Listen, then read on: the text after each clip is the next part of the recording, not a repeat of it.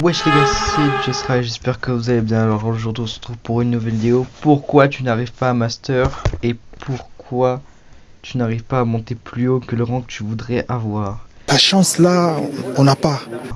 Et bah on va commencer tout de suite dans cette vidéo. Alors pour ceux qui connaissent pas trop la ranked, faut savoir qu'on a trois phases dans la ranked. On a trois phases qui sont les bans, les pics et ensuite la phase d'échange. Alors pour vous expliquer ces trois phases, la première phrase c'est que vous allez avoir une map par exemple. Imaginons ici on est sur la map dernier arrêt. L'équipe bleue va faire 3 bans et l'équipe rouge va faire 3 bans. Alors l'intérêt de faire les bans c'est... Moi quand je fais un ban en général en enquête c'est je mets les choses que j'aimerais pas jouer contre. Les choses que je voudrais absolument pas affronter dans le mode de jeu. Bah ouais, logique. Il y a des brawlers qui sont universels qui sont quasiment tout le temps dernier. Par exemple cette saison on a Lumi qui est très fort. On a qui aussi? On a Stu qui est encore toujours fort. On a Mortis, on a Belle. Vous avez même aussi Jeannette et même parfois Buster qui est assez banni. Ensuite vous avez la phase de pique. Donc tout va dépendre de, pour commencer, si c'est vous qui avez le premier pick ou pas. En général si vous avez le premier pick je vous conseille de jamais, mais alors jamais bannir le brawler le plus fort de la map. Parce qu'en face s'il le banne pas c'est free pour vous. Et si vous n'avez pas l'avantage, justement, vous allez faire l'inverse. Si vous n'avez pas le premier pick dans votre équipe, je vous conseille de bannir le brawler le plus fort pour la map ou pour le mode de jeu en question.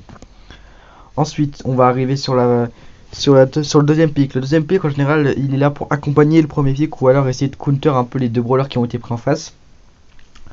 Donc un brawler assez mid qui peut jouer un peu partout pour surtout renforcer le premier brawler.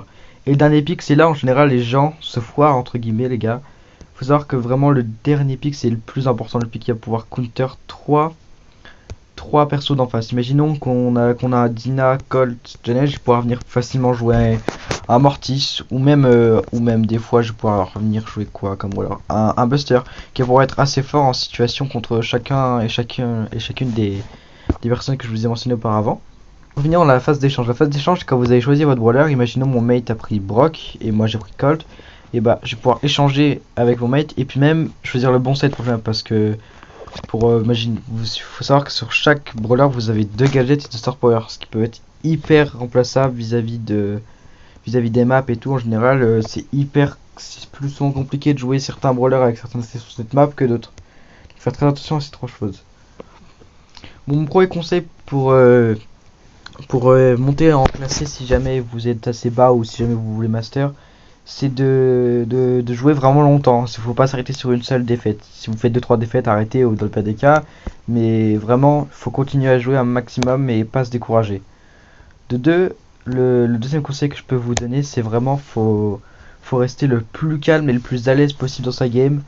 Même si vous voyez que les mates sont pas forts et tout, faut pas rager dès le premier round. Faut vraiment essayer de rester focus dans sa game. Et le troisième conseil que je peux vous donner, c'est si vous êtes jamais sûr de vous, ne jamais jouer en random. Moi perso je joue en random ou avec mes meilleurs mates, mais la plupart du temps je joue en random. Faut vraiment essayer de focuser à eux. Donc sur ce les gars, j'espère que cette vidéo vous aura plu, qu'elle vous aura un peu aidé à comprendre le système de la ranked ou même de vous aiguiller pour vos prochains rangs. Et sur ce c'était Rise, à la prochaine, ciao ciao. Un petit wrap. Un petit wrap.